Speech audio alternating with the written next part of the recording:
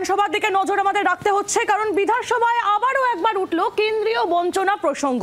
জল জীবন মিশনের টাকা আটকে রাখার অভিযোগ, আর এই অভিযোগ করলেন রাজ্যের মন্ত্রী, জনস্বাস্থ্য কারিগরি মন্ত্রী। তিনি বিধানসভার অধিবেশনে এই মর্মে সরব হয়েছেন এবং তিনি এও বলেছেন যে জলের ক্ষেত্রে যেন আমরা রাজনীতি না করি। বিধানসভায় সরব হলেন জনস্বাস্থ্য কারিগরি মন্ত্রী পুলক রায়। বিধানসভায় ফের একবার কেন্দ্রীয় বঞ্চনা প্রসঙ্গ, জল জীবন মিশনের টাকা আটকে রাখার অভিযোগ। বিধানসভার অধিবেশনে সরব হলেন জনস্বাস্থ্য কারিগরি মন্ত্রী। জলের ক্ষেত্রে আমরা যেন রাজনীতি না করি, তিনি অভিযোগ করছেন যে জল জীবন মিশনের টাকা আটকে রাখা হয়েছে এবং তিনি এও জানাচ্ছেন যে জলের ক্ষেত্রে যেন আমরা রাজনীতি না করি। বিধানসভার অধিবেশনে সরব হলেন মন্ত্রী পুলক রায়।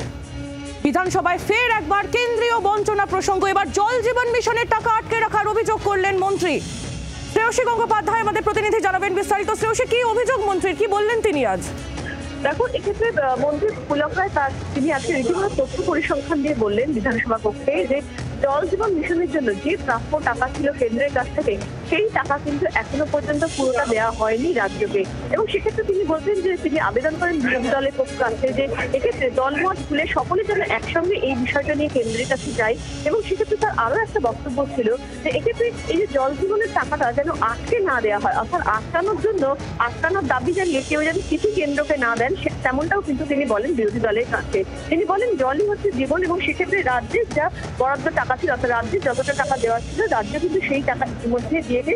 কিন্তু কেন্দ্রের তরফ থেকে যেক্ষেত্রে প্রাপ্য টাকা যতটা পাওয়ার কথা ছিল সেই টাকা কিন্তু 24-25 যে আর্থিক বছর, সেই আর্থিক বছরে কিন্তু সেই টাকাটা পাওয়া যায়নি। মানে সেই জায়গা থেকে কিন্তু কার্যত তিনি এক্ষেত্রে জল জীবন মিশনের যে টাকা, সেই টাকা আটকে দেওয়া হচ্ছে এমন অভিযোগে কিন্তু কার্যত সরব হন বিধানসভা কক্ষে। একেবারে শ্রেয়সী, তুমি আমাদের সঙ্গে থাকো।